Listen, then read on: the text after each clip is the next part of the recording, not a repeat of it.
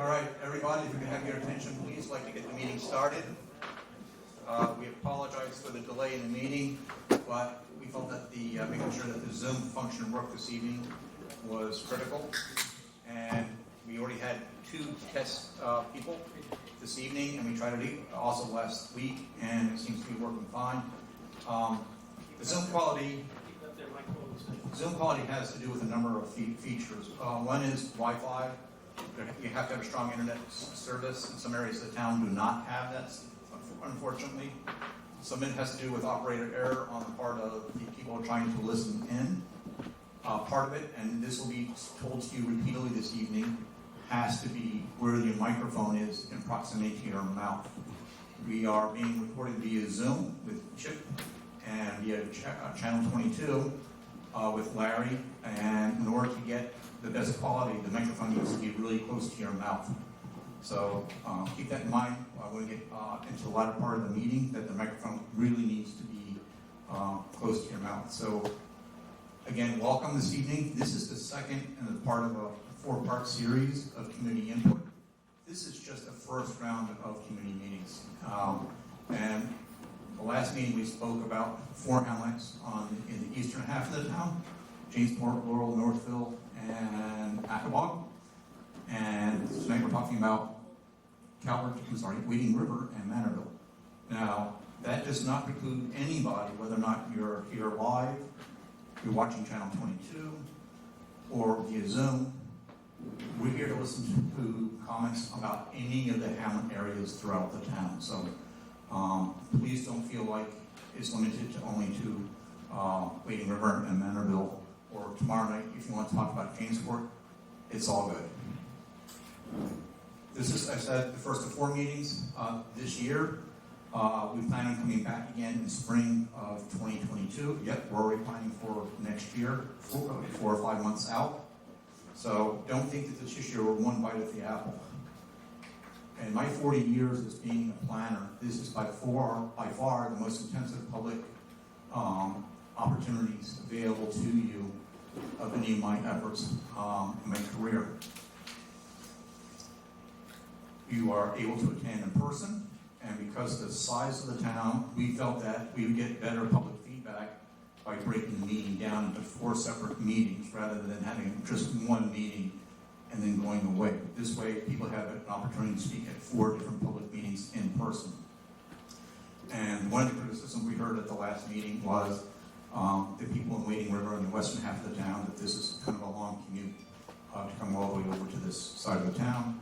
I agree with that, and when we come back in the spring of next year, we're going to split the meetings up west versus the east half of the town, maybe have it at Riley Avenue School for the western communities. Also, we have the Zoom function working, and we just did 2 test cases before the prior to the meeting, and it seems to be working a lot better than the last meeting, so we fixed that error. As I mentioned, we also have the meeting being recorded by Larry Levy on channel 22. These meetings are being recorded. They're not being broadcast live, but they are being recorded, and we post those on our website. Very important that, for example, if you're in Jamesport and last meeting, if you had a hard time hearing the meeting or watching the PowerPoint, channel 22 recording is on the town comprehensive plan website. All the PowerPoint presentations that you're going to be seeing from the Jamesport tonight and the next 2 nights are going to be posted, are already posted on the town website.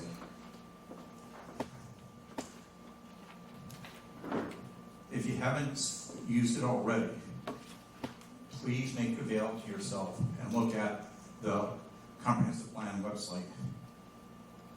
This is where I'm kind of planning geek. It provides 3 ways that you can interact and be part of the comprehensive plan process. The first is an interactive map, town-wide. Never in my career have I ever seen this function available to the public on a town-wide basis. You go to the map for your hamlet that you're interested in. You can click on a comment, a recommendation, or the negative sign if you have something that you feels that needs to be fixed or corrected. Those comments are recorded, just as your comments are being recorded this evening live. When you post comments on the interactive map, they're being recorded throughout the process. Is a really cool function. Wading River, I'm going to share with you some of the recommendations and comments that we've had so far, in a very broad sense. Try it out. It's fun. You get to see what other people have posted already, and it's being recorded. The second way is we have the online community survey. Very important that if you haven't participated in it already, it's on the website now. You just click on the community survey link. It takes you right to it. It's approximately 25 questions, and it's going to be up through the beginning of November.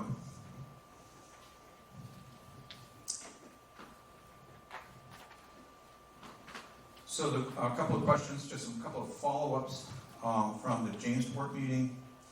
One of the questions was whether or not we were going to rebroadcast or come back out to the meeting for the Jamesport meeting because of the Zoom technical issues that we had. It's a question whether or not it was really needed because the Channel 22 recording of that meeting is posted online. If you want to avail yourself, I can't see that. I apologize. You can the PowerPoint presentation that was shown that night is available on the website, so you can watch the presentation that was made along with the PowerPoint. And if you want to comment about anything about any of the hamlets that we've already met about, or if you have a question about any other part of the town, please make yourself available to using the online comment section on the website. Very, very important. Two of the issues that came out that were very important pertaining to not only to the eastern hamlets, but also pertains to the rest of the town. First one being EPCAL. There was concern that we have not addressed EPCAL in our efforts to date. And right now, we are under contract with 555 Cat 5 to sell the property to them. And in that contract agreement, we are not allowed to change the zoning for a period of 5 years. That does not mean that your input on that property is not wanted or not needed. We absolutely want your input on the long-term 5, 10, 15, 20 years, what you like to see in that property. That's by all means, we want to hear that feedback from the residents. So if you have comments or questions or things that you would like to see in the EPCAL property, please do so this evening. I'm live via Zoom, by the online survey. I believe, Bob, there are also comment cards that people want to write down comments here this evening. You can write down your comments, and we have it like a Dropbox, so that those comments will also be entered into the record. Tomorrow night, we're going to be coming out and speaking about, in the same room, same forum, about Calverton and Beating Hollow. And then on Wednesday night, Riverhead and Route 58 in the downtown area. The other thing that we heard loud and clear from the Jamesport meeting, I apologize, I'm jumping a little bit, were the hamlet boundaries. Wow. I got to tell you, of all the comments that we've received to date, hamlet boundary is probably the most active, talked about discussion that we've had with the community so far. It is definitely a lightning rod because it defines in a lot of people's minds where your home is located. People say they're not in Calverton. Hell, I'm not in Jamesport, I'm in Ackerlog, I'm not here, I'm there. And we understand that. And no matter what we do or say, we're never going to get 100% correct. There'll never be 100% agreement on where that line is drawn in the sand. But when you take a look at our zoning map right now online, only 2 hamlet boundaries are delineated out of 11 hamlets. We can't adopt a map like that. So we need to find a fix to that. Adding to the confusion about that, the census tract boundaries will just change in 2020. So we need to go back and revisit that. And what I'm proposing and doing, we can get really bogged down on that issue, and it's a very, very important issue, is to take that issue, set it aside, and we're going to address it separately from the rest of the comprehensive plan. And if we finish them in time, we'll tie them in together. But there's so much other work that needs to be done with the comprehensive plan. We can't be just tied down on that one issue. So it's that important of an issue that needs to be addressed. And I'm going to be relying on a lot of your input, a lot of input from other committees, such as the Landmark Preservation Committee, Richard Wines, the town historian. It's such a critical issue, and we need to address it. The next issue we heard from the Jamesport meeting is, are we going to be addressing all the goals and policies of the 2003 comprehensive plan. Can I just see a show of hands? How many of you actually have seen the 2003 comprehensive plan? All right, I'm going to put down the microphone for 1 second.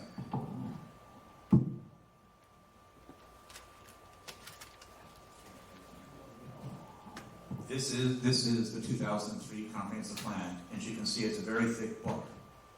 That is not the entire comprehensive plan for the town. That's just one element of the comprehensive plan. That was the plan that was adopted in 2003. The start of master planning in the town actually began with this in 1973. And as you can see by the volume of it, public input back then was a lot less than it was in 2003. And then throughout the years, the town updates the comprehensive plan. One of the recommendations of the 2003 plan, and Sid, you'll know this, was to do a separate hamlet study for Wading River, which was done and adopted in 2012. And very thorough, exhaustive document that came out as a result of the 2003 plan. So a lot of good work came out of the 2003 plan. The last concern that we heard from the residents was that they thought that this was going to be a more interactive approach to hearing from the consultants, hearing from you, hearing feedback from the consultants. There's different ways of looking at that. I have been married for 20 years, and my wife always looks at me during one of our discussions, and she says, "Jeff, why aren't you talking more?" And I said, "That's because I'm listening." And that approach has worked very well for me for 20 years. If we listen, we hear. And we don't want to just give a snap judgment answer on what you say. If we can, we will. So if you have a specific question, but if you ask the question, what about rezoning this area, or rezoning that area? We're going to take that down as a comment for us to go back and revisit, and then come back to you in the spring with the recommendation. Right now, we don't know if that's a good idea or a bad idea, because we need to hear from all of you first.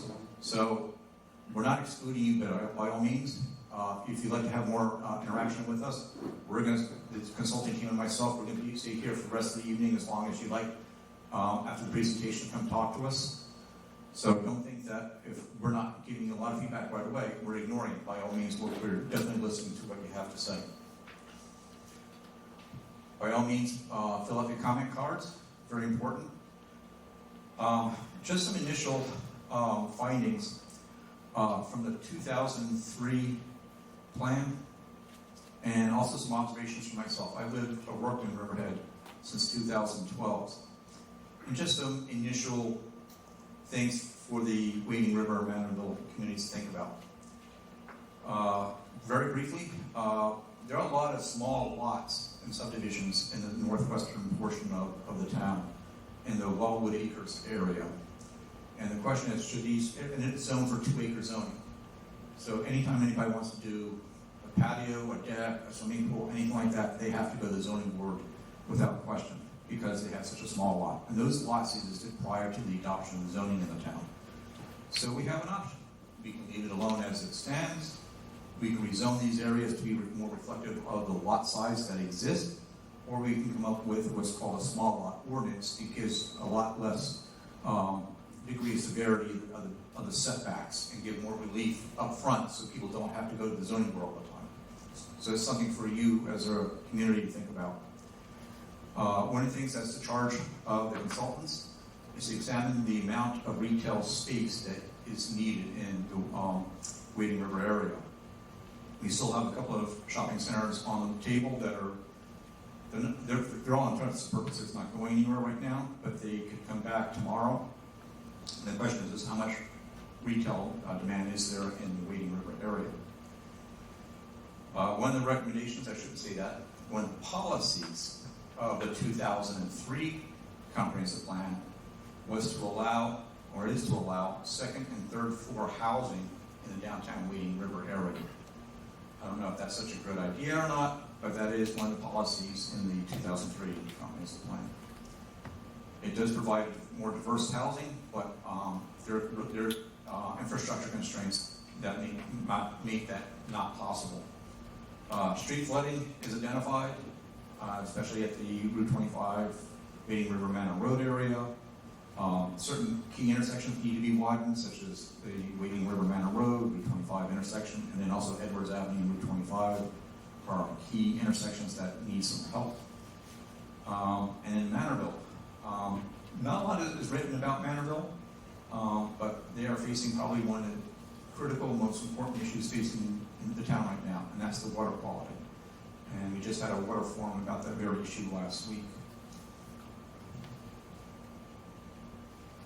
That takes me through my introduction. I apologize if I was a little bit long-winded, but I thought it was important to get all that on the table. I'd like to turn the microphone over to Bob White. Bob White is the project manager and vice president of the town's consulting team of AKRF. Bob?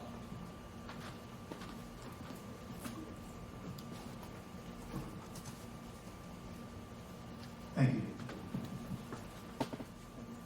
I want to thank you all for coming. It's great to see you. It's always wonderful to be in a public forum to meet the people that we'll be working for, because your input is highly valued in this process, and we really appreciate the time and the effort it took you all to come here tonight. So I'm Bob White. I'm with AKRF. I'm the vice president. I've been doing planning, master planning work for 40 years. Goes by fast.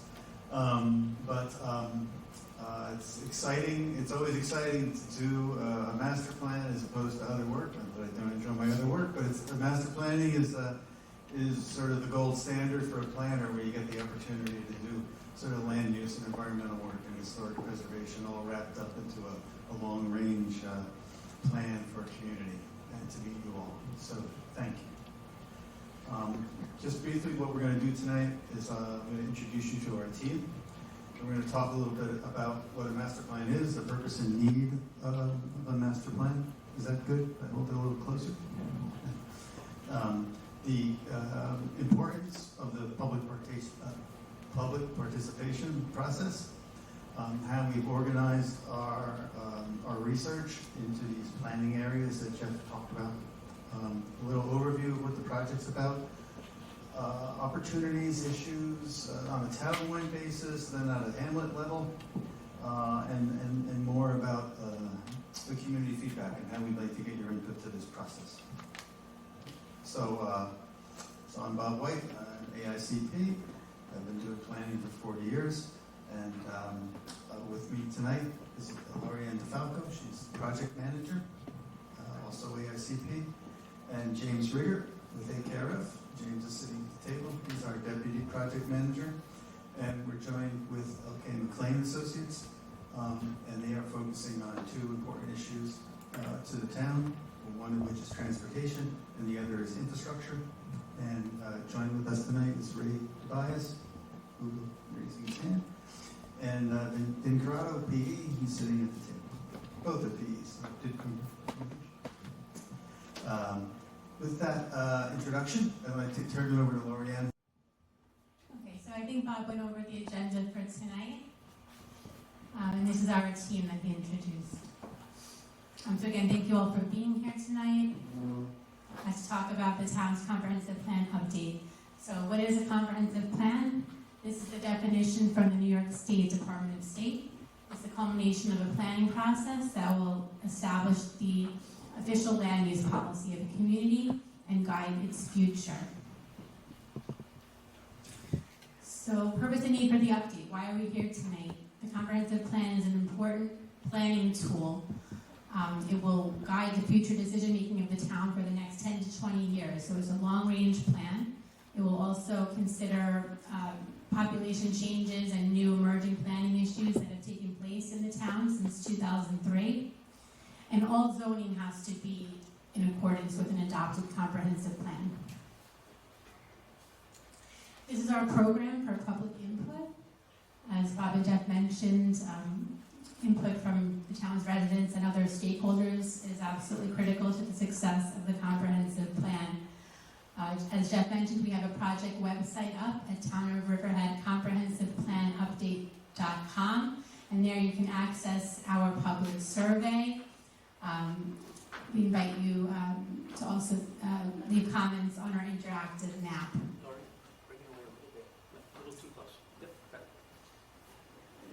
So after this series of community meetings, we'll be hosting 2 more meetings in the next 2 days. And then this fall, we will host 5 topic-oriented meetings. And then we'll be back early next year with a second round of community meetings to present to you with what we've heard from all of you and to present our preliminary recommendations. Okay, so again, this is our draft Hamlet map. We've delineated the town into these planning areas, which roughly correlate with the town's 11 hamlets. As Jeff mentioned, we are not changing any official boundaries with the comprehensive plan update, but we did do our best to mirror the town's hamlets based on a variety of sources, including the town's 2015 zoning map, census boundaries, postal addresses, information on the Long Island Index, real estate websites, etc. So this is an overview of the project. This is going to be a full update of the 2003 plan with new long-term visions. As I mentioned, we will incorporate contemporary planning issues. We have a robust public participation program. We also have an economic and market trends analysis underway. And we'll be focusing on transportation and transfer of development rights, as well as other key issues. This is a snapshot of the work that we've been doing. We kicked off the project in winter 2020, doing an extensive background review phase, working closely with the planning department to stay informed of all the latest issues, reviewing news articles, developing the public outreach plan. We then met with the town and planning boards last fall, and we've since conducted interviews with town and other stakeholders. We've met with the advisory committee, and as I mentioned, we've been preparing the public outreach tools and the economic and market trends analysis. This is a summary of what we heard from the stakeholders during the interviews. We met with over 20 town departments and stakeholders, including businesses, the county, transportation agencies, and the school district. We heard, for example, a need for a range of housing types, particularly market rate housing and housing for the neurodiverse were mentioned, just to name a few. We heard a lot of support for farmland preservation, also agritourism. Some of the priorities that we heard about for the comprehensive plan included retail reuse, particularly on Route 58, as well as transportation improvements. So here are some key planning considerations that we'll be considering in the comprehensive plan update. We want this to be a sustainable plan, so we're considering a range of factors, including social, economic, and environmental. For example, we're looking at population and demographics, not just conditions today, but since 2003. So we're looking at trends, we're also looking at future projections. In terms of environmental considerations, we're interested in water and natural resources protection, and then also newer planning issues such as sea level rise, climate change, and renewable energy. In terms of economics, we're interested in job opportunities as well as the demand for a variety of types of uses from a market perspective, and we'll also consider transportation and infrastructure considerations that LK McLean will talk to you a little bit more about later on. So we know the town has done an extensive amount of planning work since the last update, particularly downtown. We're reviewing all of these background studies in detail and trying to build off of them. We don't want to reinvent the wheel. So obviously here are some of those studies. We have the Wading River Planning and Zoning Report, the BOA that was completed, and then more recently the Pattern Book and the Transit-Oriented Development Plan for downtown. So now I'll discuss some town-wide issues, conditions, and opportunities. We've been collecting a lot of population and employment data, such as from the U.S. Census Bureau, based on, again, looking at trends since 2003. So according to Census 2020, which was just released last month, the town's population has increased by approximately 30% since the year 2000. And this was in line with what was predicted in the 2003 comprehensive plan. And we're seeing a similar employment increase over the same period, about 34%.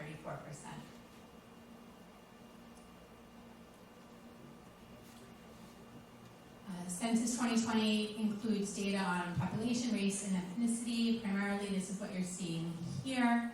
And in general, the town's population has gotten more diverse with greater percentages of minority population since 2000. We've updated the town's existing zoning map. And those are shown here in these boards. We've updated the maps with changes that have taken place pursuant to resolutions since the last map was created in 2015. We've used color coding to distinguish major types of zoning districts and then black labels to indicate specific districts.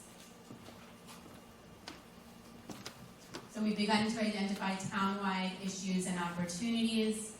At this point, we believe that farmland preservation and transportation are two of the key issues that we've been hearing about.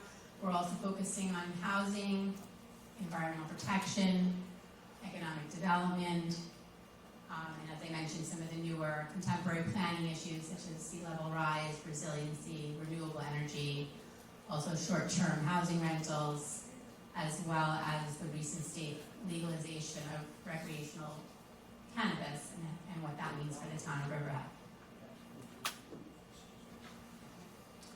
So now I'll pass this over to Ray Tobias of LK McLean Associates to talk to you a little bit about issues related to transportation and infrastructure in the town.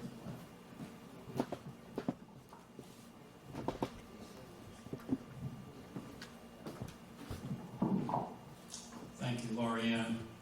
How's it sound? Good? Good evening, everybody. I'd like to talk about transportation and infrastructure, and in terms of on a town-wide basis or an overall basis, these are the tasks that we're charged to do on this project. Transportation being all modes of travel, that's highway, rail, bus, train, pedestrian and bicycle included in that. Infrastructure being gas, water, electric, sewer, and also broadband, internet service as well, and also some of the renewable forms of energy like wind and things of that nature. So these are the tasks. We're going to take an inventory of these systems within the town. We're going to assess the capacity and condition of the systems. We're going to determine the current demand on them by whether it's transportation, how many people want to travel, so that's the transportation demand. And then we're going to project into the future, because we're going out 20 years, we're going to project the future demand on transportation and infrastructure. And when I say future demand, we're going to really take a look at things since the beginning of COVID, because COVID's going to have some permanent effects on transportation in terms of people working from home that will continue to work from home. So there's some permanent things we need to look into. We'll also look at things like the redevelopment of vacant shopping center property on County Road 58. And then finally, we'll develop recommendations to meet the future demand, whether we increase the capacity of all these systems, how we manage the demand on them. For example, carpooling would reduce the demand on vehicles on roadways. And then we'll develop a policy that'll be incorporated into the plan. So first, the existing transportation system, and this is town-wide again. There's 23 miles of New York State highways. That does not include the 1 Hour Expressway, which has less than 10 within the town of Riverhead. 14 miles of county roads, and 178 miles, a lot more, of town roadways. Public transportation, as you know, there's only one railroad station within the town, that's Riverhead. And there are 5 Suffolk Transit bus routes within the town.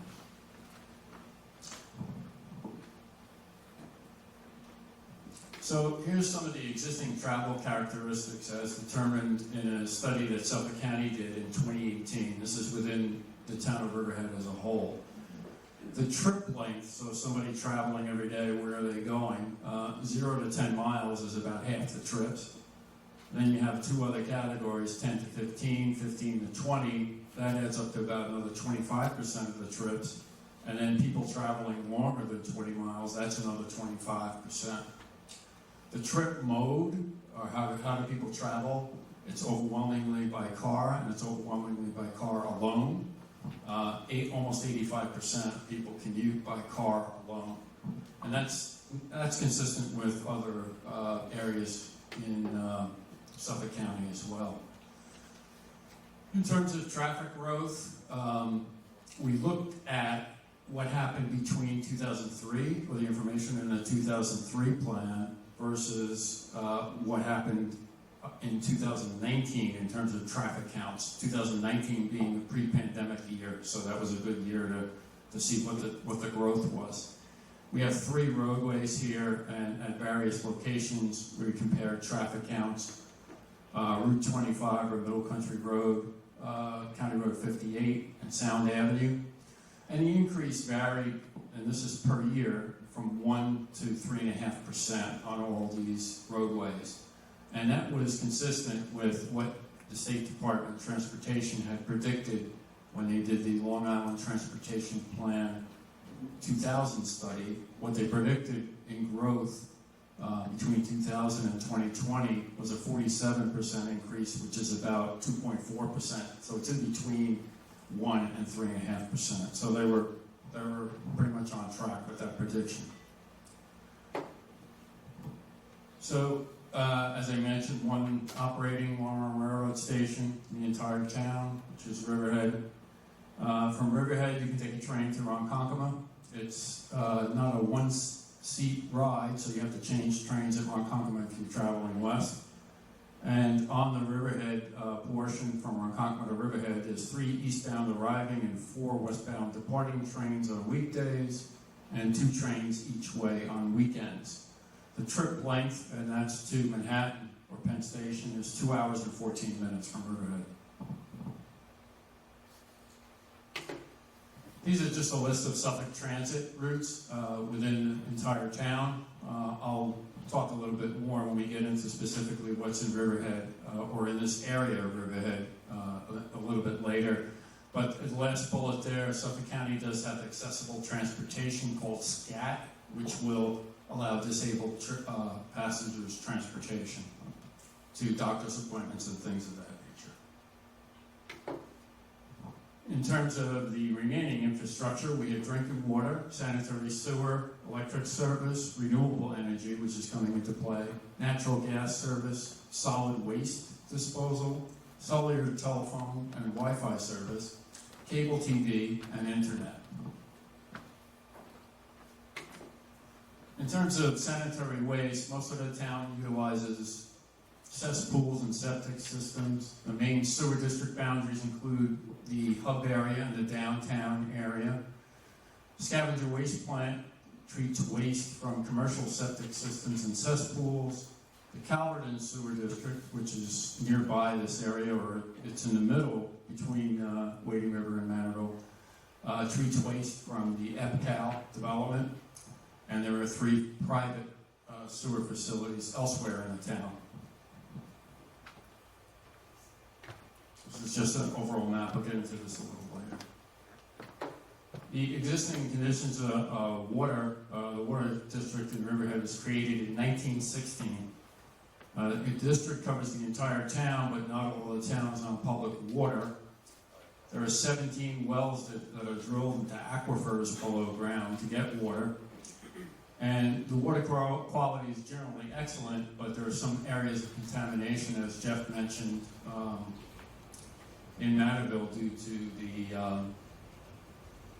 former Grumman plant in Calverton. Lorianne, I believe this is you.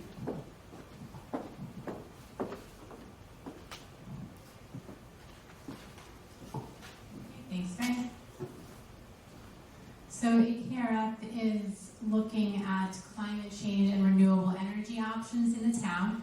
We know from the International Panel on Climate Change that climate change is a real threat, both globally and locally. And the town and the state have been taking measures to combat climate change. The state has in terms of renewable energy, the state has an expedited process for siting large renewable energy projects. Most renewable energy in the town and the state is in the form of solar energy, and we're seeing some demand for battery energy storage to support renewable energy development. So the town will need to balance any potential benefits with perceived or actual risks. So I'll now discuss some of the Hamlet-specific conditions and issues and opportunities that we've identified so far. So again, the focus tonight is on Wading River and Manorville in the western part of the town. Of course, you have the Long Island Sound to the north, the Conic River to the south, Calverton and Wading Hollow Hamlets to the east, and the town of Brookhaven town line to the west. We've grayed out Wildwood State Park, where we won't have any recommendations. This slide compares area in square miles and population density for the hamlets in the town. Combined, the hamlets tonight represent about 14 square miles, with Manorville being the least densely populated hamlet, mostly consisting of open space and wetlands. On the other hand, Wading River is fairly dense, but not as dense as downtown, for example. In terms of land use patterns, Wading River is mostly residential with a commercial hamlet center. You also see large tracts of agriculture, parks, and open space. I mentioned Wildwood State Park. There's also the Ship Scout Reservation and Deep Pond. In Manorville, it's mostly open space and residential. The open space is primarily within Robert Cushman Murphy County Park. There's also wetlands along the river and recreational land, such as the Swan Lake Golf Club. So as I mentioned, we've been collecting a lot of population and employment data from the U.S. Census Bureau. And here you have conditions in 2019 compared to 2000. So over that period, the population in Wading River increased by approximately 16%. We did review Census 2020, which just came out, and the count was almost identical to the 2019 estimate for Wading River. Census 2020 data is not yet available for Manorville. I believe there will be data available in a few more days at the block level. So we're showing data from 2000 to 2010 for Manorville here. It shows a pretty significant drop in the number of households during this period, which is likely due to the conversion of once full-time residences to seasonal homes, which are included in the count of vacant units. So this slide shows population, households, and employment in the town's hamlets. Since we don't have recent data for Manorville yet, we're showing data for the Calverton census designated place, which includes Manorville. But I think we can say that based on the land uses in Manorville, does not include a substantial residential or employment population compared to the other hamlets in the town. Wading River, on the other hand, has one of the largest shares of the town's population. It's tied with Riverhead Hamlet, as well as the second largest share of households and 10% of the town's employment. Wading River likely has the least number of seasonal homes in the town. Okay, so this slide summarizes some of the goals that came out of the 2030 comprehensive plan compared to where we are today. So as Jeff had discussed some of those goals earlier. For instance, in Wading River, the plan proposed a hamlet center zone and limiting the expansion of the existing retail core at that time. Home offices were proposed north and south of the hamlet center. There was also a proposed waterfront or pedestrian trail along town line. And in Manorville, the focus was on wetlands preservation. Today, the hamlet center zone is in place in Wading River, north of Route 25. It's surrounded by the RB 80 zoning, which does allow for home offices by special permit. As I believe Ray mentioned, the primary issue in Manorville today is the water quality issue. Wetlands preservation continues to be important. And I think Jeff also mentioned that the town is seeing repeat variance requests in Wading River, particularly in the RB 80 zone, which means that the small lots often don't conform to zoning. So the town may be in need of a small lot ordinance. At this time, the Zoning Board of Appeals is reviewing those variance requests on a case-by-case basis. Okay, then in 2012, the town prepared the Wading River Planning and Zoning Report, and there was a subsequent rezoning of the Route 25A corridor in Wading River. This eliminated about 140,000 square feet of potential commercial space in the business CR zone.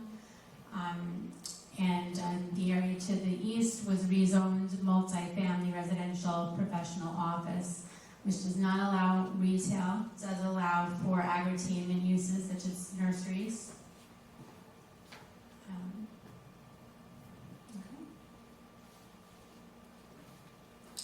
The rezoning also reduced parking requirements and introduced signage requirements, by the way. So I'll turn this back over to Ray to discuss Hamlet's specific transportation and infrastructure considerations.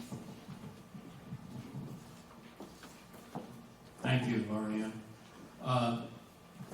So specific to this area, public transportation, as I mentioned, the station in Riverhead, downtown. There is a Yaphank station in Yaphank. The Long Island Railroad is currently looking into moving that station. There's only, if you drive past that station at any time during the day, you might see 3 or 4 cars parked there, significantly underutilized. They have a study, and I believe they stopped during COVID, but they had 2 possible locations to move that to the east. One was adjacent to William Floyd Parkway, and the second was near Brookhaven Lab. So that may be, study may be resumed soon. We will get some input from the railroad. In fact, we have a separate focus session on transportation coming up. I believe that's in November, which will focus significantly and strictly on transportation. The railroad's also looking at the study of battery-powered electric trains as we move east. This is east of Ronkonkoma and also east of any branch that has diesel service. So they're looking at that as well. Suffolk Transit, as I mentioned, there's 2 routes, and I think you're probably familiar with them. The S62 route that goes from Lake Grove to the Riverhead County Center, and it loops around Wading River. Bus services every hour. There's no service on Sunday. The Suffolk Transit S58 bus goes from East Northport all the way to the county center at 1 hour headways, and that has 7-day service. This may have changed recently, but this was the latest information when we started. I'll get into the change in service a little bit more in a minute. The major roadway facilities, New York State Route 25, Middle Country Road, New York State Route 25A, and Sound Avenue. Other roadway facilities of note are Wading River Road and River Road in this area. So that was kind of an inventory of what's out there, but here's some issues that we have in terms of each of the elements of transportation. In terms of public transportation, it is the willingness for people to use public transportation. I mentioned that about 85% of people currently like to drive, use their own car to get to work or on their trip wherever they're going.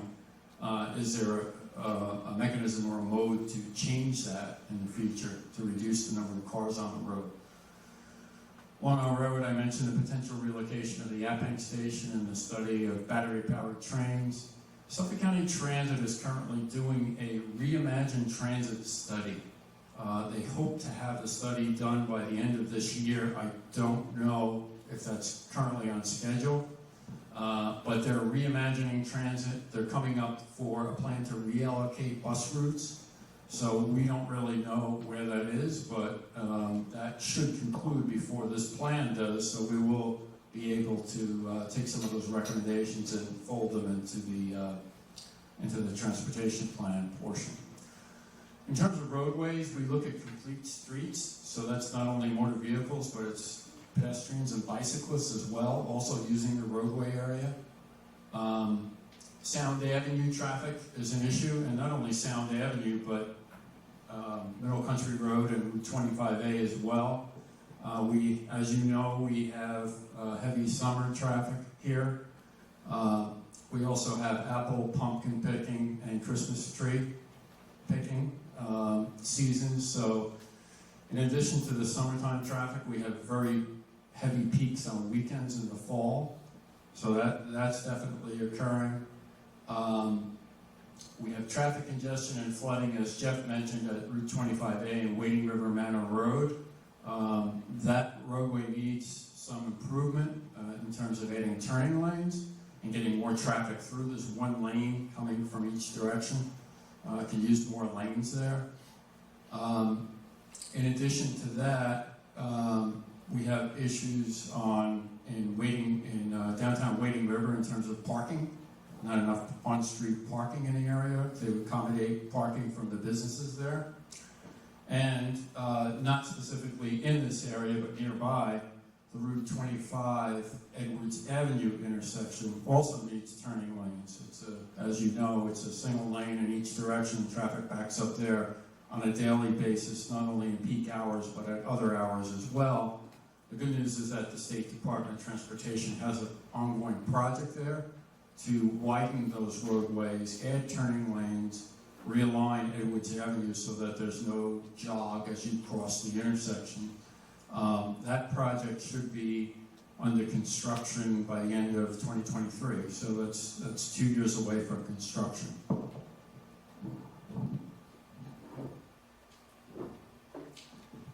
In terms of sanitary and solid waste and water, as I mentioned, there's private cesspools and septic systems and the new IA systems that are now being used in residential sanitary disposal systems. In terms of solid waste, this area is in the Town of Riverhead Sanitation District A. Solid waste is a regional issue, disposal of solid waste in the future with all the landfills on Long Island filling up and closing. That's going to become a bigger issue as time goes on in the next few years. In terms of water, I mentioned the Riverhead Water District. We also have private wells. Issues in water are a lack of water supply for future growth or future expansion. There's a real shortage of water supply that needs to be addressed. And the water quality issue in Manorville has been addressed prior. These are the sewer areas and sewage treatment plants within the town, and you'll notice that the one sewage treatment plant in the area is adjacent to the old Grumman site at Calverton. So that plant serves that area. That's the only one within the Wading River Manorville area. Excuse me, is there anything going to be done about the Manorville water, contaminated water? I think we can cover that in questions. We're going to take questions at the end. We're going to have I'm sorry. Yeah, no, that's okay. We're going to close the presentation, and then it's time for questions. And then you can also come up and ask us questions after the question and answer from the audience and from the virtual call as well. In terms of gas, electricity, and internet, natural gas is National Grid, electricity is PSE&G, and there's multiple broadband internet serving companies. They're all listed there. The planning issues there are a need for improved broadband due to existing deficiencies, and there's also increased work at home, and also school enrollment. When kids were not allowed back in school due to the virus and they were working from home, that was a problem. The traffic congestion shouldn't be on this slide. But solar farms are also expanding, and there's more of them within the town, more being permitted. And offshore wind farms to energy from that. That's another source of energy. Okay, back to Oriane, or is it Jeff? Okay, Jeff. All right, Ray and Lorianne, thank you very much for that presentation.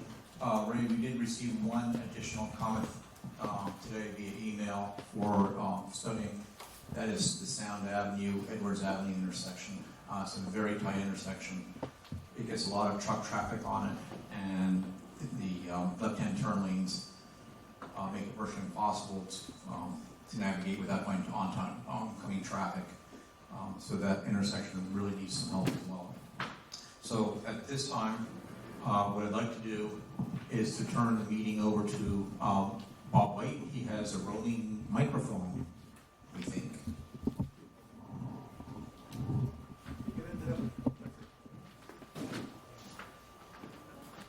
Larry. Larry. All right. Bob White is going to walk around the room. Just raise your hand. We're going to take the questions from the audience first. For people that are watching via Zoom, we're going to take the questions from the audience first, and then we're going to open up the questions to our Zoom audience. So Bob, raise your hand, and Bob will walk it to you. When you get the microphone, please make sure you hold the microphone next to your mouth. When you talk, otherwise we'll get feedback. But just one thing before I take your question. I forgot to mention Steve Holly. This is the outreach part of our meeting, and I should mention Steve. He's one of our leading our community outreach. I did introductions before my fault. Thanks for coming, everybody. Then we have a question. Thank you. It's going to feed back. Any of the questions? Hello?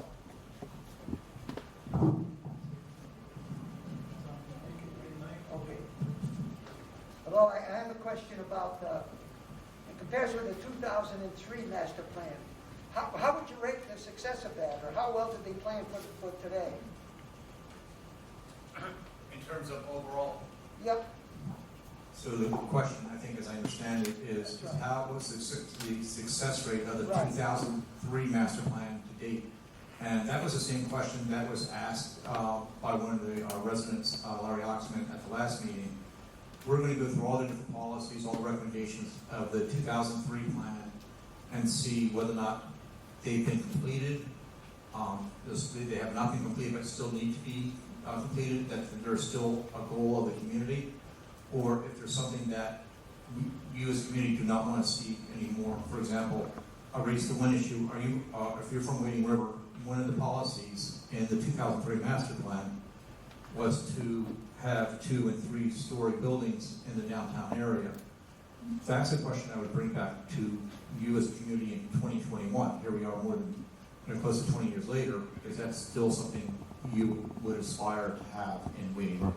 And I don't have an answer for you this evening, but it's something that you as a community need to talk amongst yourselves about, and then let us know what you think about that policy. So we're going to go through the comprehensive plan, recommendation by recommendations, for lack of a better word, to see whether or not we met that recommendation or if it's still on the table.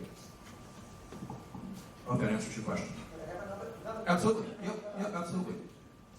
Wading River, part of Wading River is Riverhead Town, and part is Brookhaven Town. I don't know whether Vanderbilt was split the same, but is it possible in the plan to make Wading River part of one town?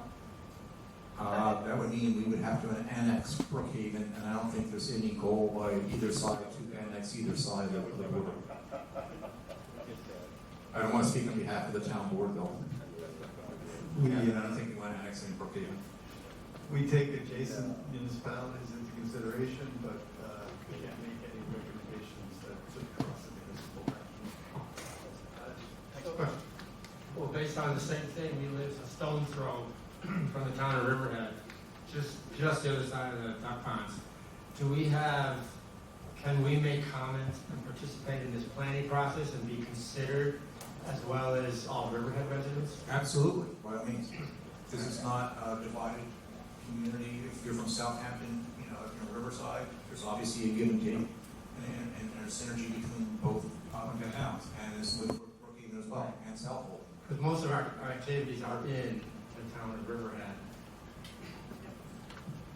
We deal with the Manville Fire Department all the time. Roads are shared, and groundwater is shared, and Yeah. surface water is shared, so. Yeah, services don't know boundaries. Yes.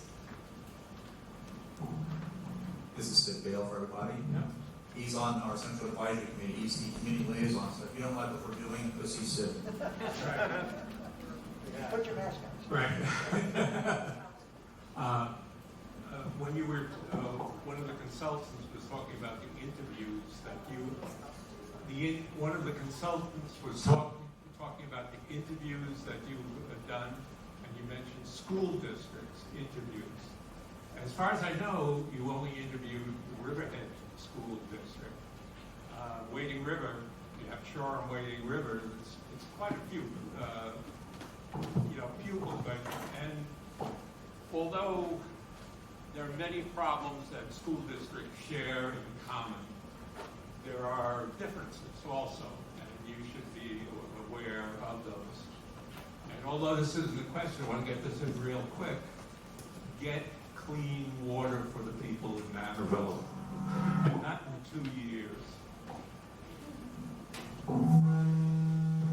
Whoop. Got it. 20 years. There you go. Okay. Sorry for the feedback. And thank you for letting us know about the school district. Can everybody hear Bob okay? Yeah. Okay, good. I'll just go here. Is this mic working? Yeah. This mic is cut, oh, wow. Jeff, that's a better mic. Easy. Chip's got the volume control. I'm gonna come up here. I'm gonna come up.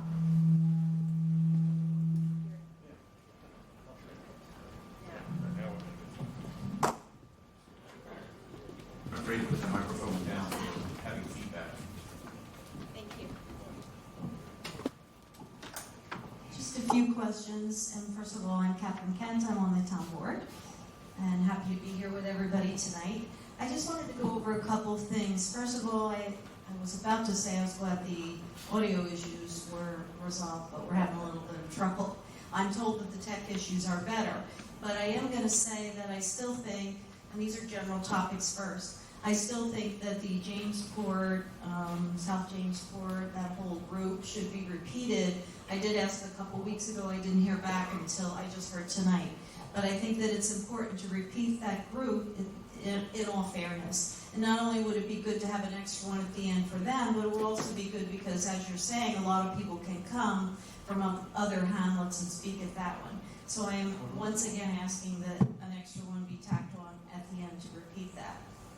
As far as turnout, thank you to the people that are here tonight. It's always great to have your voices, to speak up on behalf of your hamlet, but I do think events should be held closer to the hamlet. I think that may have affected the turnout that we have because it's in Wading River. We should have had something in Wading River. I am glad that you're looking at the traffic, particularly you mentioned the Wading River Manor Road, Route 25 intersection. That is really terrible, especially during the harvest season. I've been through there many times and it's backed up for miles.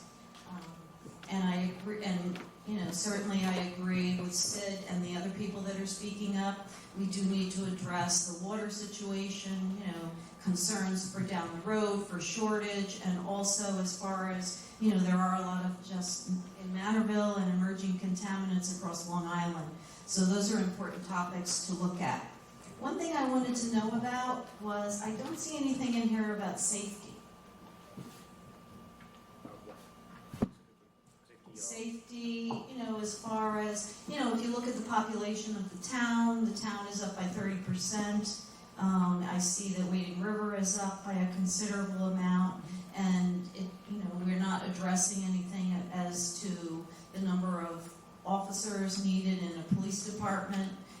Will that be taken into consideration? Yes, that's part of our scope. We have conducted interviews with the police department as part of our initial work, and thank you for pointing that out to us. We will continue we'll continue to look at that and the needs throughout the town and the different hamlets. All right, good, because I think we can all agree that, without safety is one of the most important things in any town. If you don't have safety, none of the other things matter. So, all right, those were just my points. Thank you.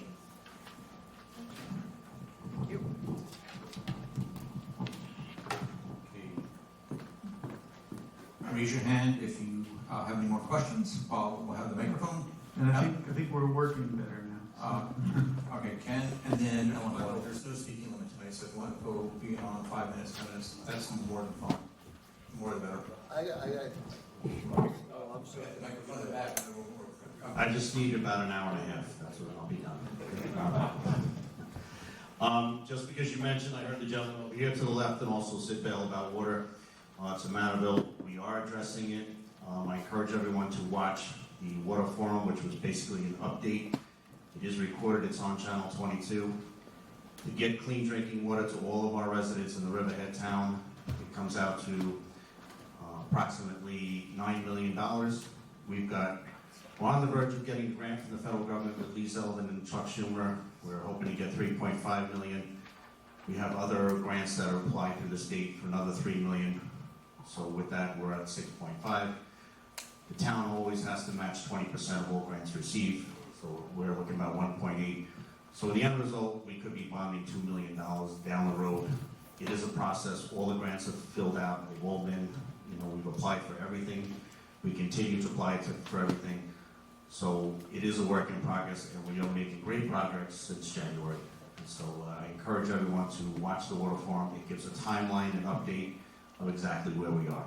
So, and it also will be addressed I'm sure, in your planning. Thank you.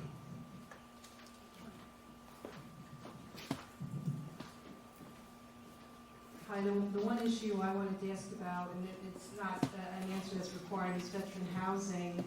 In Riverhead, there were 2 veteran houses that one property was owned by a 501c3 for veterans, and they housed 3 veterans, and there was another house that was privately owned by an individual who rented it out to an organization that housed veterans there. That particular house, as a lot of you probably know, closed because the property owner put it up for sale. So there was probably, I would say, about 10 veterans in that house that were displaced and put in other areas. So I think that's just a need that needs to be addressed. There is a need for veteran housing, and maybe if we could take a look at it, and I can pull some of the regulations in the other towns for that. So that was my one comment. And the second one was that, Jeff, you're working in Southampton for many years. What about just adopting a 3/10, 4/10 law to address the small lot? That works great in Southampton for undersized lots, where you reduce the side yards and the rear yards. You could just take it right from 330-116, right? Yeah. With Kim, this is Kim Judd, by the way. She's a local resident, and she's also a Riverhead High School through the whole school system. So she is a lifelong Riverhead resident. She's really a good attorney. I hate saying that because it's hard to argue with her sometimes. So, but she is always fair, and she's always very polite and very professional, and she gives a lot back to the community. So Kim, thank you for that. What Kim is referring to, as you said, we have a lot of undersized lots. There was a lot of housing built in Riverhead prior to the adoption of the 73 master plan, prior to zoning. They are way small lots, and anytime anybody wants to do anything with their property to try to improve it, they have to go to the zoning board. And these are our lower income communities, so we're trying to help out the lower income communities, improve their properties, keep them well maintained, get some value back into it.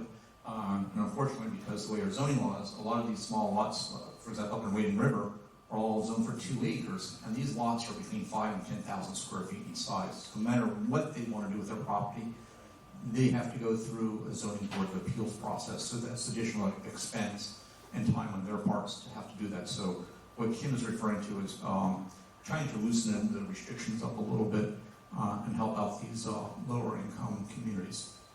So Kim, thank you. And I'll add that the Lower End's just been working on a housing draft form, and I'll make sure that the 501c3. Ellen Hoyle's had her hand up, and she recognized tonight. Ellen, if you could just raise your hand so Bob knows who you are. Here we go. I don't recognize you got your glasses on. I know, really. So I had a couple of questions. One is under the environmental conditions. When you talk about the endangered species, will it also consider threatened or at-risk species? Absolutely. Yep. Okay. The employment as used here in the slide presentation, is that the number of people who are working in general, or is it the number of people who are working within the town of Hamlin? Which When you slide? say Is that one of the slides? It's, when you're talking about the households and employment rates, It's the number of employees working in the town. so it's the number of employees working within the town. Okay. Under the,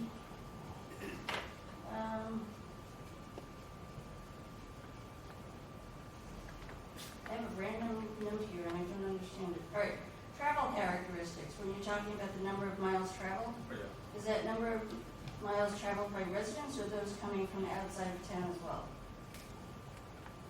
I'm looking at rate of bias. Do you know the answer to that question? No.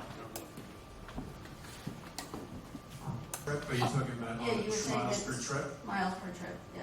That's the average length of a trip of By who? trips by either a person going to work or a person But is it going counting anywhere. as well people who are coming with, from outside the town into the town, or just residents? No, these are river, yeah, Just residents? River Okay, Neck just residents. residents. Okay, agri-tainment, can you give us a definition of how that's being used in this? I know it's the lawyer in me, I'm sorry. I love lawyers, I'm married to one, so. That is such an interesting question Like, because are we counting farm stands that have pony rides, or are we just counting? I would not count that as agri-tainment. I think it's more a bigger scale in terms of what our So not vineyards and farm apple business or orchards. I any think of it's, that. I think, yeah, and where they have So- music and that sort of, and wine tasting, apple cider Okay, tasting. so one of the biggest impacts I think that people feel around here, I may be wrong, is the farm stands that are also having other events going on at the same time. Would those be considered within the definition of possible? To see what their impact will be? Yeah, that's a very interesting question because, one, we deal with zoning and then we're dealing with New York State ag and markets and what they allow. So I won't say that we're at odds with ag and markets, but they do allow, for example, vineyards and apple orchards to have other events such as weddings and that sort of thing. So There has to be some, it's a creatively balance. thinking there's got to be some way to regulate the amount of entertainment that a farm can do. And we're looking forward to consultant to give us some really good sound advice on that. So we're paying them the big bucks for it. Well, no, I don't, one was, could you define it, but he's saying New York State is going to define what it is. So then the question is, if New York State is going to define it, is there some way on a town level we can regulate that in a potential? And that's a final example of that, Beating Hollow Vineyards is being heard before the planning board as we speak. I watch that one very closely because it's a very large vineyard. They do, unlike some farm stands, they grow a lot of grapes on the property. We've had some problems with the prior property owner. He wants to have live outdoor music. So how do you regulate that? And that the planning board is trying to handle that issue. Along with like the corn mazes and the Yes. apple picking and all that stuff. And I live in Southampton, we have the exact same issues there, and Saturday and Sundays, I can't even get through the street parking gates. I'm sure Southampton is the same way. Another point, it was discussed the small lot ordinance. Can you better explain what that small lot ordinance is? Sure. Right now, we have a lot of existing undersized lots that existed prior to any zoning. They're 5,000 square feet, 7,000 square feet. But there's the jetbacks of the RA zoning district. There's no way they can comply with this. It's 50 Can you foot. explain what an RA zoning is for this? 2-acre zoning. So if you have one acre is approximately 40,000 square feet, 2 acres is 80,000 square feet. And a lot of these lots are 5,000 up to 10,000 at the most. And when the RA 80 setbacks, you got a 50-foot front yard, 50-foot rear yard, 15 combined side yards to 30-foot combined. you can't do that on a 5,000 square foot lot. So what the small lot ordinance says is if you can prove that you have a lot that existed prior to zoning, the following setbacks will apply, and then you have less restrictive setbacks for those undersized lots, so you don't have to go to the zoning board. And if we, I don't even know how to word this question. So if you're saying that may be something we look at small lot ordinance, will it then be looked at by the consultants as to see what kind of impact that would have if we did do small lot ordinance? Yes. Okay. Next is waste management. As we all know, waste management is an international problem because most of our waste is actually shipped overseas. So are the consultants also looking at the international waste market, and is it being projected as well to determine our potential future avenues for disposal? Ellen, could you repeat that again for the audience? Okay. That was a lot. So most of our waste, a lot of those countries are now shutting down our access to their markets because they're done with us giving them our waste and polluting their rivers. So the question is, in considering waste management future, is the international market being looked at as well, so we can look at determining our potential future avenues for disposal? So to summarize, what is the town of Riverhead going to be doing in terms of our future population growth, in terms of the amount of garbage that we generate, and the costs, and the transportation And costs? where are we potentially getting rid of it? Correct. And right off the bat, I see recycling becoming way more important than it is today, just because it's going to become cost prohibitive to keep shipping it out. So I don't want to speak on behalf of Ray and what he's going to be looking at, but as a planner and recycler, I'm a big proponent. No, that was actually pretty good. Yes, we will take a look at that. I think you probably know that recycling markets worldwide fluctuate to the point where, first of all, sometimes you might be recycling glass and then you might be throwing it out because the market just dries up overnight. So it's really tough to predict, but we will take a peripheral look at that. All right, I have a I comment. would add waste reduction. What? Waste reduction. Waste reduction. Yes, that would be one of the. Waste other reduction things would strategies be- is also a key part of it, yep. So I have a thing here, a comment that I'm not exactly sure it's in connection to, but I think it was talking about, is the infrastructure that you guys are looking at in the various realms, such as sewer, electrical and whatnot, being looked at island-wide or town-wide? Because for instance, say somebody came in and says, we want to build a, wind turbine outside on the Long Island Sound. If that infrastructure is going towards the island-wide and not town-wide, does that impact? Well, and we're facing the same issue with solar farms right Yeah, that's now. why I brought it up. Yeah, and it's being, not just here, every place that, for example, East Hampton offshore wind farms, they're concerned that the energy is going to come up and flow into Riverhead and Brookhaven and not service their community. We are getting wind farms proposed not off of our north shore of Long Island, is being proposed on the south shore of Connecticut and that area, and then having an underground pipeline coming to Long Island. So I don't think Connecticut's awfully happy with us right now, but we're not creating that market. The market's here, and the private industry is reacting to that market demand. But for some reason, their wind turbines are, I guess, more efficient in that location off of Connecticut than it is off of our north shore. So that could change though, because Americans could love electricity. If we are to try to even meet our clean energy goal, we need a lot more solar farms, and as you see, it's been a big discussion island just at the local level on Riverhead. Want to answer that as well? Oh, okay, I didn't know if you wanted to add something. Okay, I guess I answered it. Okay. It's both. Okay, all right, that's it for my questions. And if you think about other questions as we go around the room, we'll circle back to you. So I've never. come to us high. Ken Rothwell, and then Ike Griswold. Just Councilman Ken Rothwell again. In terms of our waste, none of our waste is shipped overseas. So majority of all our waste goes to Covanta, where it's incinerated. All of our recycling material is shipped to Islip, and that is our final destination. And at that point, Islip makes contract with organizations such as Winter Brothers, where they operate the recycling plant out of the Brookhaven landfill. And then that's where it's divided up into different levels of plastic and so forth. And then as a commodity, it is sold to overseas organizations.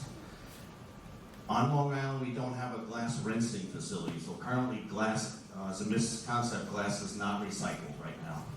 So glass is generally being broken down, and it's being landfilled until we build a rinse center that kind of is like that makes glass a usable commodity. And so there are different organizations that are working on that and trying to develop that technology. Glass needs to be cleaned, clear, in order for it to be reutilized. And so there are different organizations working on it right now to build that so that can become part of our infrastructure. But none of our waste gets shipped overseas. It is the majority goes to Gavanter, and then the rest is recycled, through outside organizations. Ken, you just told me Santa Claus does not exist.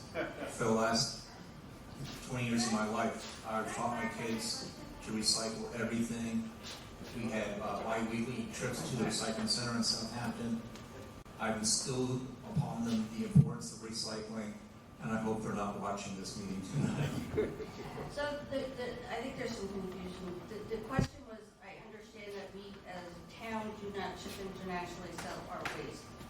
But if you're selling to Winter Brothers and they're selling as a commodity, the commodity they're selling is waste, which will go out potentially internationally and will be affected by the international markets. Therefore, if you're shipping to Winter Brothers, but you just said that part of it was Winter Brothers. Why do Winter Brothers?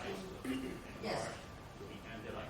Okay, so where does Winter Brothers fit into this? They make their own deals with Islip.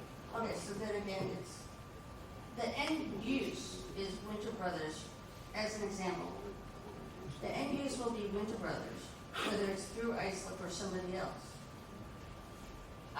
Winter Brothers will then sell it as a commodity, and it has the potential to be impacted by international markets. It's different. A commodity is different than a waste. Commodity of It's value. waste being used as a commodity. It's money. It's a commodity.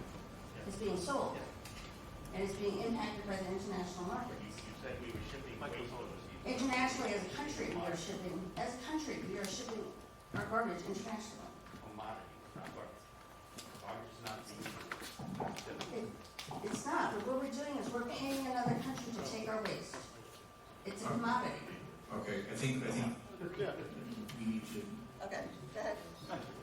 I'll concede that one. All right, Ike Israel's had his hand up in the back, and we'll go next to Ken Hopwell. Okay.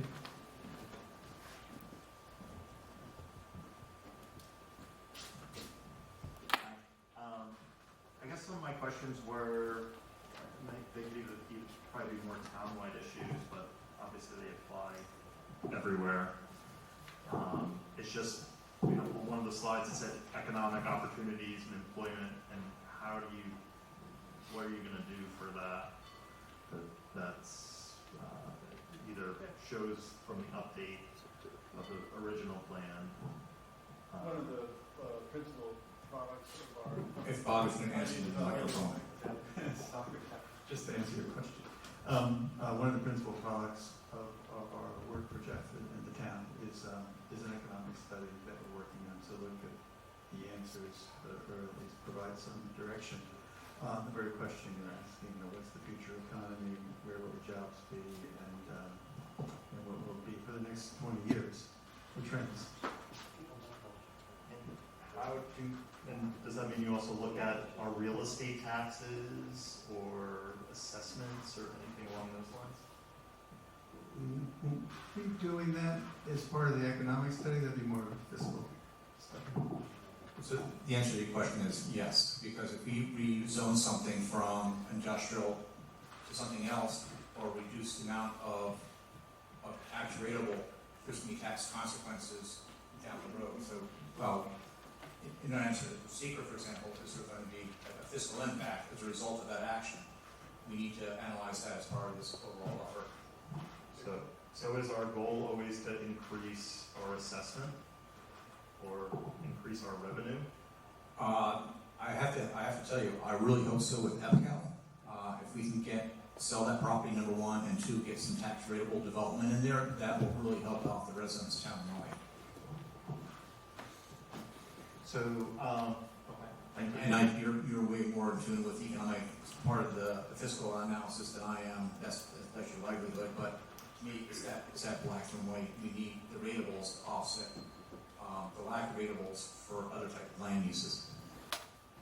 I understand. I mean, that's where I think everyone says, did we do a good job from 2003? And, you know, my area of expertise is looking at the different zones and saying, no one has ever done a commercial project in this zone or that zone, and why not? There must be something broke. I could say, well, this is what's broken about it for that specific zone, or what people want and how it's changed what we want as a community. That's exactly what the comprehensive plan is going to look at. So how do you think we're going to look at short-term rentals, which I think is like a new topic that I don't think anybody imagined 18 years ago, but I think as we become more tourism-oriented, I think we have the most stringent in our town, in all the neighboring towns at 28 days, and compared to the other towns that are 14 or less. Yes, that's obviously something we're going to look at through this, because obviously in 2003, that market demand wasn't there. We relied solely on the motel units and hotel industry, and that market is now being spread across the town through the Airbnb efforts. So yes, we'll look at that. Okay, this gentleman, Bob, all the way to the front of the room, he's going to ask me a question about water quality and minerals. And I'll just expand upon my answer a little bit to add that we are doing an environmental impact statement as part of this that will look at socioeconomic and fiscal impacts. The microphone's finally coming to you, sir. Thank you. Yes, I have two questions which I feel are pertinent. One, I put a new well in 5 years ago, and the water was contaminated. Now, I have a wife and grandchildren I take care of. When are they going to do something? When are they going to do something? I said, keep sweeping under the rug. Don't come hard, wobble into it. When are they going to do something? Ken or Catherine, do you want to, I think you've addressed that through the, by answering about the water forum. I don't know if you want to add anything more to that from what you already said. I think we're working on it. And we've applied for the grants, and once we get a decision about the grants, then we know how to go forward from there. How long does it take though, really? Catherine, do you know how long, or Ken, do you know how long it takes to get an answer about the grants?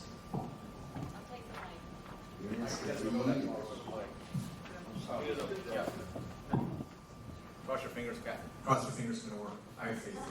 It's going to work this time. I think Ken talked about the grants. I don't know the timeline on the grants. Probably not, maybe not soon enough. So I'm just going to say that I also think that, it's important to get clean water to the citizens of Manorville as fast as possible. And certainly I think that we should also be willing to sit down at the table and have discussion with Suffolk County Water and Brookhaven. What's important here is getting clean water to Manorville as fast as possible. And I understand your concern that years go by, and that's what we have to look at. We'll have to look at what's the fastest way this can happen. Right. All right. If there are no more questions around the room, I'd like to get. Jeff, I wanted to clarify one thing. Sure. Absolutely. I just have to say that intersection, Edwards and 25, that's not Wading River.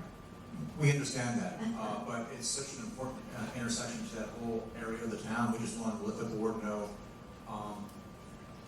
the recommendations for the 2003 is taking close to 20 years, and it's finally happening. So hopefully, the improvements that we're recommending today don't take that long in the future. Cross your fingers. I do have one other question. I don't need a microphone. How do we get the police to enforce the weight limit laws? You have the microphone. Go ahead. Sorry. How do we get the police to enforce the weight limit laws and the speed limits? We live on River Road, all of us. Now they're building a racetrack on the old Calverton grounds. And now you're getting these guys doing 70 miles an hour. I was blowing the leaves off my lawn. I almost got hit. I almost hit a guy's mirror. Just touched it. Also, the weight limit laws, it's 8,000 pounds. There's tractor trails that are fully loaded, and I know because I drove them for 20 years. And these guys are like 60, 70,000 pounds coming down the road. We called the police, they said, we're gonna come there, we're gonna sit over here, we're gonna give tickets out, they never showed up. How do you get into, what can I, I'm asking you a question, what do I do? If you pass the microphone behind you, you'll get an answer. I'll try to Good evening, my name is Evelyn Hobson. I just recently retired from the Riverhead Police Department. Again, public safety is something that's important to all of us. I agree that if there is a problem or an issue for you to contact the Riverhead Town Police Department. We have specialized units. You're shaking your head no. Well, if you give me your name, your address, I have no problem reaching out to a few of the sergeants that will address it. And again, with the weight, that's something that you would have to get in touch with the code department, okay? Okay, well, give me your name, the address, your phone number, and I definitely will reach out. Okay, you're welcome, thank you. Catherine, did you want to follow up, or was that? I'm good. Okay, I'd like to open up the public portion of the meeting to the Zoom participants. We have 20 people. Actually, it's 19. One of them is my wife. She was one of our test. Oh, she left? Oh. I guess she sees it here enough of me already. I love you too, Peter. Mark Carpenter. Mark, can you hear us? Any second, he'll be up here. Hi, Mark. Can you hear us? Here it is on now. Hi, and thank you, and I'm sorry I can't see the chat with my questions. Hold on. Can you hear us okay, Mark?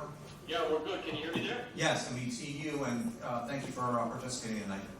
Yeah, I put my good T-shirt on. I'm sorry, I didn't realize it was being videoed. But anyway, I was glad to see complete streets. I thought the DOT work from brownTowns.org and their thought processes and the planning. I've followed them for about 10 years now. They've got a wealth of history for what works and what doesn't across the country. Just a different view of revenue, just like, I mean, how much is a parking lot bringing us in revenue? It's probably less than zero, and those kind of views. But I'd suggest looking at strongtowns.org for some of your work. You also mentioned the Climate Leadership and Community Protection Act briefly. What are we planning to do with the building codes to get us to meet the revised Energy Vision 2030 emissions and reduce our emissions by 50% in just 8 years? The next question is, with buildings emitting some 40% of our carbon due to heating and cooling demands, are we considering a town-wide retrofit effort to meet our 2030 goals? Mark, can you repeat that one? I didn't quite understand that. Yeah, no, thank you. Buildings, space heating and cooling produced 40% of our carbon emissions overall nationally, and especially with the older homes and with homes that weren't built really well to begin with. I know I used to live in one in Huntington. Are we considering a town-wide retrofit effort to meet our 2030 goals? If you want to bring jobs and mentorships and the trades and everything else into this town, it would be a real fast way to get that done. Again, we don't have to rebuild the cheese grater. This is being done across the country, all over the place, not just the state of New York, but around the country. And the last observation, Ellen and I should sit in the car and drive around and knock on doors again, because we got a lot to talk about on the waste scene. 30% of the solid waste on Long Island, well, nationally again, about 25% on Long Island is from food waste. Food waste is wet. It cannot be burned. It doesn't go to Covanta. When there's a wet load, it goes to the Brookhaven landfill. Landfill's closing in 2 years, I think, 2024, 2 or 3 years. They're capping it with broken glass because somebody mentioned the market for glass right now. It's got to be clean. It's got to be sorted. There's got to be there can't be plastic bags in the load. But when they can't sell it on the spot market, it gets crushed and put on top of the landfill in Brookhaven as part of the capping process. So Another thing that we could possibly look at, and I am looking at it with a couple of zero waste people on Long Island, is the idea of a glass repurposing facility or a GRF. One of the reasons to do this is, again, small business, jobs, grants. I mean, there's so much opportunity here. Cottage industries. We've got to be really inventive, I think, in the coming years. And I'm not talking 20 or 30 years out. I'm talking in the next 5 or 8. So food waste, again, bringing the emissions, the carbon emissions, the methane emissions down by an amazing amount. Food waste produces 2 pounds of methane for each pound of food waste. I know they're all over methane this year because it's so widely recognized as more harmful than carbon dioxide. So we've got so much potential in this town to start businesses that have already been created across the country, across the state. Even New York City has the plans already drawn. We don't have to rebuild all of this. So I just wanted to bring that up as a possibility for us. I think it should be in the plan. The Rev 2030, CLCPA, the Climate Smart Communities work should all be mentioned, at least mentioned, if not fleshed out. So thank you. All right, Mark, thanks very much. Chip, you want to let the next person in? Sure. Bring in.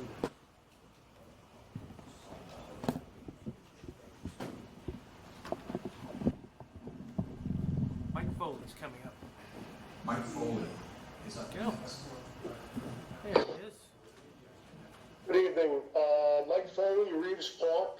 Mike, can you hear us okay? Also known as Baiting Hollow for the purposes of the comp plan. Mike, can you hear us okay? I can hear you fine. I assume you can hear me. I'm always told I can be heard. Yes, absolutely. I want to start off, Jeff, by thanking you and Chip, the IT guy, for doing a great job fixing the problems that we had on Zoom last week. I was invited to attend the Jamesport meeting where you are presently, and I'll be there tomorrow night when my Hamlet is up for this meeting. And Sid Bell, who I see in the corner of my screen, couldn't see, couldn't hear, couldn't read, and all I could say is you fixed it all. And I know it took some work, and I hope that the Zoom reception is consistent tomorrow and on Thursday as it is now. So I'm going to start it off by thanking you two guys. Good job. You guys, Bob from AKRF and Jeff, both mentioned that we're not instituting a comprehensive plan here. We are updating it. This plan came into being in 2003. And Larry Oxman last week was one of the few people that could be heard and might have actually read something or somebody else read it. Talked about questions about the 2003 comprehensive plan that had not as of yet been addressed. Jeff, you also mentioned that this is something that we're going to be looking hard at. And I think it's very, very important that you do that. And I just want to make a couple of very quick examples of that. And Jeff, because I know you have that comprehensive plan, referring to Section 5, pages 15 through 18, which states as a goal, 5.5, quote, protect the visual quality of scenic corridors throughout Riverhead and work to improve the scenery along other roads, unquote.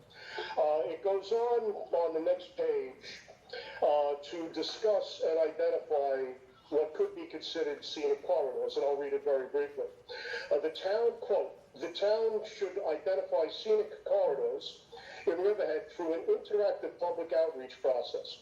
By way of illustration, the following corridors should be considered. And then it lists 18 different roadways that should be considered scenic corridors. I just want to talk about 3 of them tonight.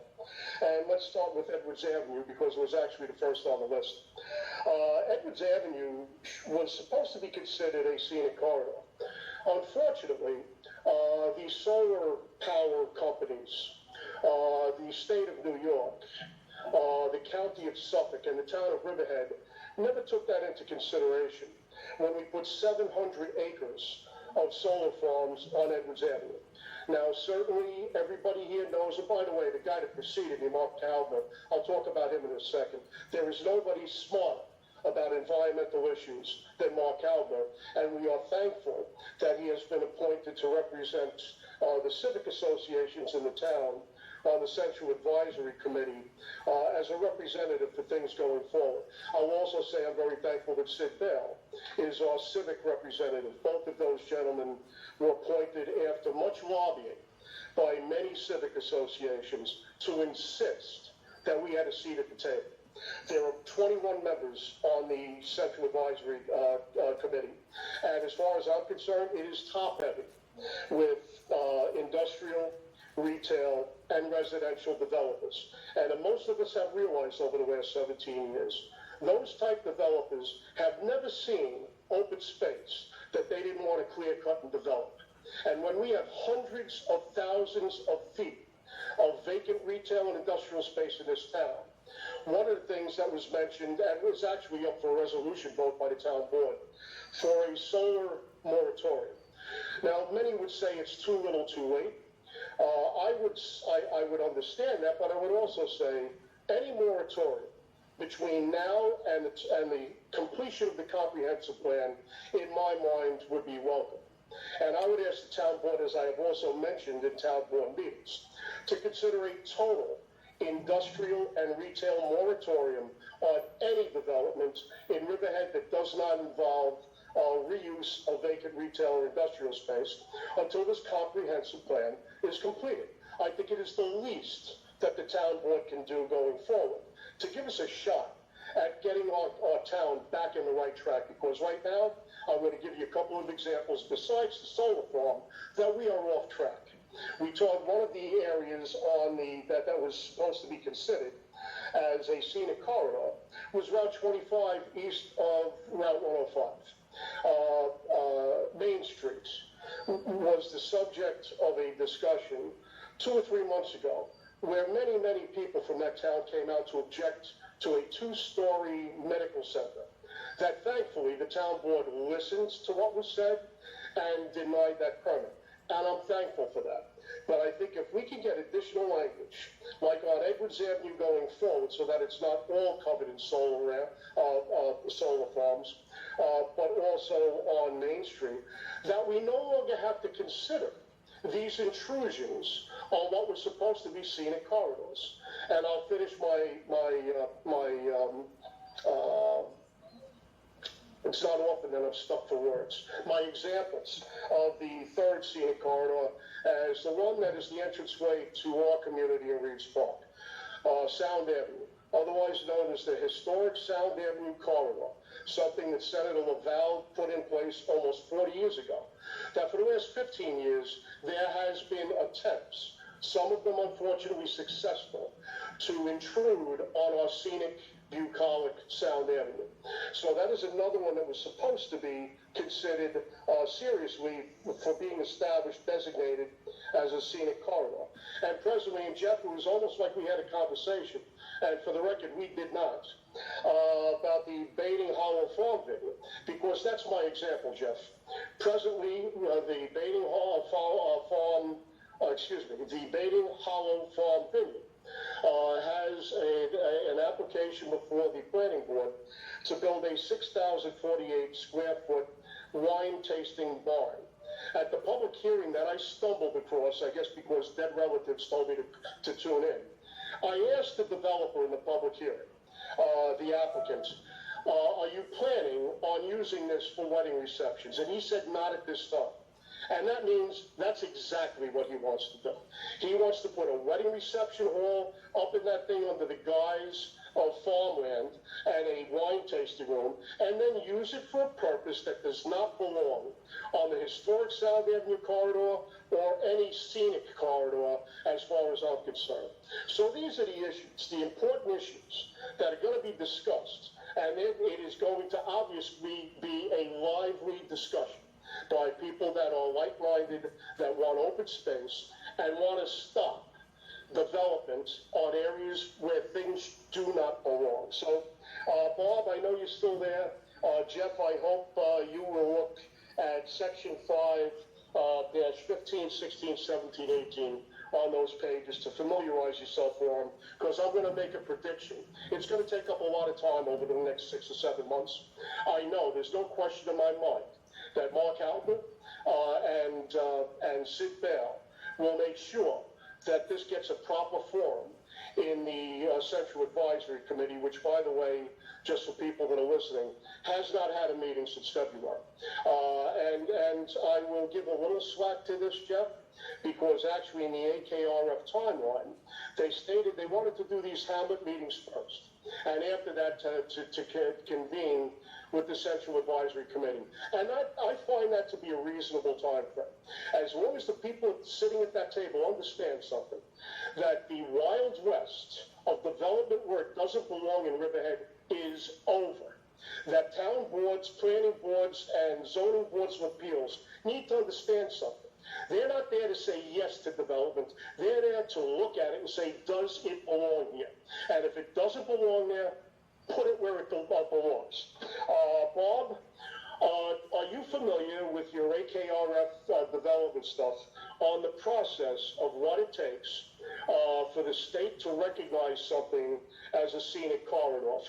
Jeff, I'll ask Bob to respond first, and if you have anything to add, I'd love to hear it. And keep my microphone open just in case I feel like replying to your responses. Thank you very much. Absolutely, Mike. The question is, does AKRF have any experience dealing with development along scenic or historic roadways? Yes, we have experience with that. We've also worked with the Department of State on some of their scenic byways and some of their waterfront revitalization program scenic policies. Well, it's great to hear, Bob. I will also ask you and AKRF to take a hard look at the 2003 Comprehensive Plan, Section 5 on pages 5 through 15 through 18, because this is something, when you look at what they have established, needs to be acted on 17 years after it was put in writing, because everything it pertains to right now is exactly what this town needs to do and finalize and protect further with language that cannot be accessory to accessory to accessory approved on a zoning allowance, and protect the open space that we have. Thank you, Bob. All right, thank you, Mike. Bringing the next viewer or Zoom participant. Will do. This will be Tuckweed Turchin and Calverton Civic. Okay, Tuckweed Turchin. Tuckweed Turchin. Calverton Civic. Tuck, are you there? Can you hear us? Tuck, are you there? Can you hear us? Hi, yes, I'm here and I can hear you. Thank you. Great, we can see you perfectly, so welcome this evening. Thank you very much. This is actually my first time ever participating in something of this nature, so I have a lot to learn. And having listened to what's happened tonight, probably over the last 25 minutes, I'm getting a better feeling for it. I recognize this isn't Calverton's time, so I don't want to go on more than just briefly. I know that tomorrow night will be an opportunity for us to participate. I posed a question in the chat. Were you able to see it? We're looking it up now. Well, does she want me to read it? Would you like Chip to read the question? Sure. It was when Edwards Avenue route, I consider it Middle Country Road when it's in Calverton, that intersection. My question is, will those improvements be done independent of any industrial projects hoping to get permits in Riverhead? I'll answer that on behalf of Ray DeBias, and Ray's going to correct me if I'm wrong. The answer is absolutely yes. That's a Department of Transportation project. It's not affiliated with any development proposals being considered by the town at this time. Terrific. Is there a time frame? Yes, there is, and I have Ray come up. If this isn't of interest to folks in Wading River, I'll pass till tomorrow night. I think this is such an important intersection. No, it's not Wading River Manitowoc, it's more Calverton, but it's such an important intersection to that whole area of town. I think Ray can answer them. Yeah, as I said before, I believe construction late 2023. That's when it would start. So I figure it would be completed in about a year. And is the configuration available for the public to view? That would be through the Department of Transportation. You'd have to ask them. I do not know. I don't think they have anything available to share right now. We could find out, but I don't think they're ready for that yet. I think they're still working on the plans is the issue. Can we be reliant upon you to produce that information as it's available? Yes. Thank you. That was really my biggest question. I don't want to repeat what what Mike Foley had mentioned, but I do echo quite a lot of his sentiments, and I do believe that folks here in Calverton and Baden Hollow would similarly, I'm sure you'll hear their voices tomorrow night, but just for future, the location of Shade Tree Lane to have the folks of the hamlet of Calverton and Baden Hollow to participate, I think is difficult. I appreciate that you have Zoom. Not everybody has that ability either. I think, you have to do everything you can in order to get people to participate, right? My suggestion that I brought to the town board meeting last week, I'm not sure if it made it to Jefferson, to your ears, or to AKRF's, but it is to hold your Hamlet study meetings here on Riley Avenue at the elementary school, public access. It's got Wi-Fi, it's got lots of space, and folks who can't do a 25-minute round trip at night could more likely be reached and be able to participate.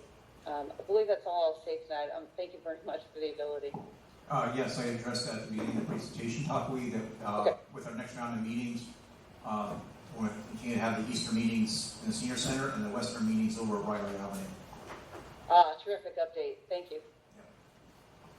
For all the people that are waiting in the Zoom waiting room, raise your hand to let Chip know that you would like to comment. So raise your hand, wave it, get his attention. Nobody else is waving their hands? Nobody's waiting. Okay. I'll bring it back to the audience for one last round of questions. Anybody have any more questions? Sid is raising his hand. Yeah. Oh wait, we gotta get a microphone to you. You don't get my microphone. I don't believe I sing the sandbox. Hello. I just hope that one of the issues that was mentioned in 2003, there were a lot of things mentioned, but it was the follow-through. The devil is in the details here. That, for instance, issues like stormwater runoff.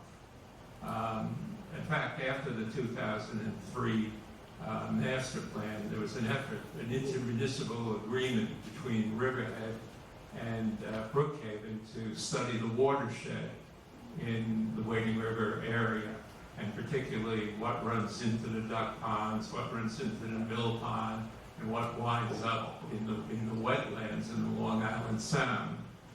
And Riverhead's part of it in 2006, 2007, 2008 was decided that they were going to install stormwater infrastructure. They were going to install 56 infiltration basins and 29 catch basins.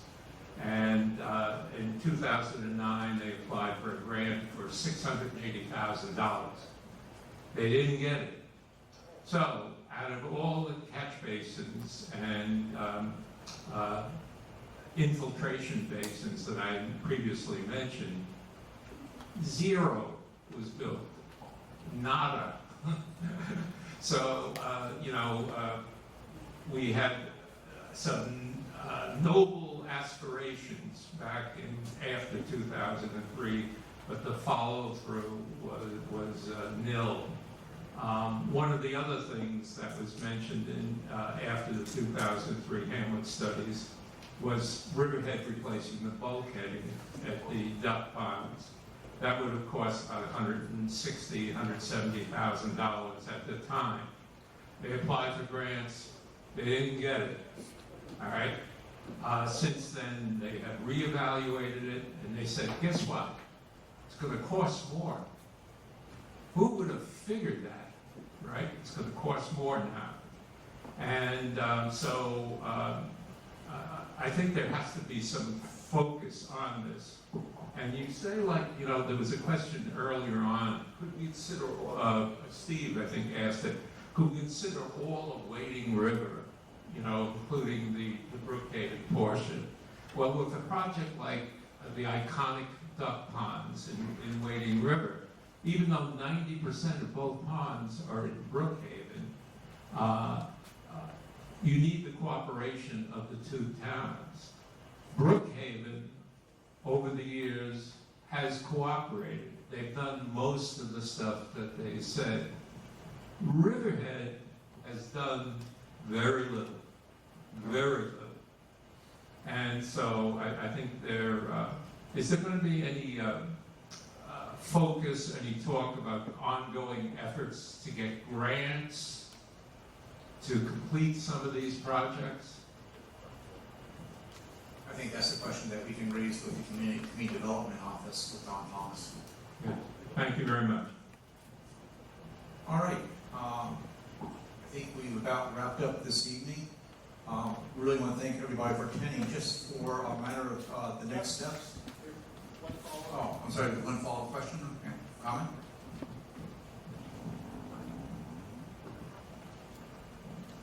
I just want to thank Chip and Larry because it seems like all the Zoom and audio and visual issues seem to have worked out.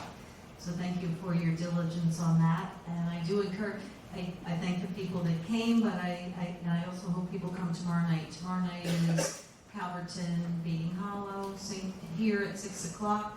And then the next night is, which channel is the next night, Jefferson? Tomorrow night is Calverton, Beating Hollow, and then on Wednesday it's Riverhead and Route 58. Right, Riverhead, and Riverhead, Route 58 is on Wednesday night. So I encourage everybody to turn out. Thanks. Mike Foley, I don't know if he's still on there too. We did a doodle poll for the next CAC meeting. It's going to be held sometime in the mid-October time period. We're also beginning to do the scheduling for the 5 topic breakout groups that include environmental preservation, environmental protection / sustainability. The third group will focus on economic development and Route 58 redevelopment. The fourth group is housing and human services, and the last group will be transportation. So with that, again, thank you all for attending this evening.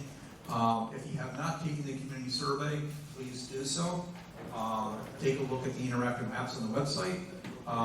Your comments are going to be summarized. For the residents that are from Jamesport watching, the summary of your meeting from 2 weeks ago is already posted on the website. We're going to do the same thing for you this evening so that you know that we heard your comments. So again, thank you all for coming. And we're going to be hanging around the maps if you have any comments and have any questions. Have a good evening.